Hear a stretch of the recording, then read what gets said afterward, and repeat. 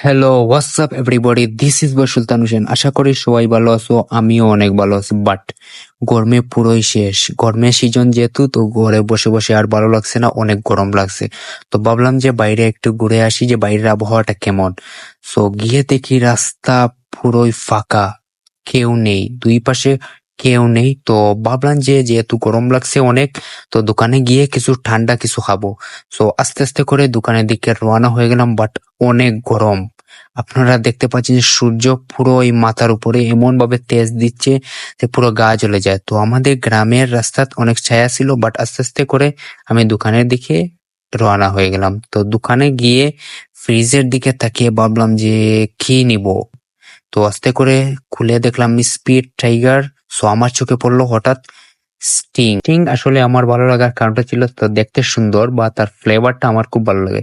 তো একটু মজা করে সেটা খুলতে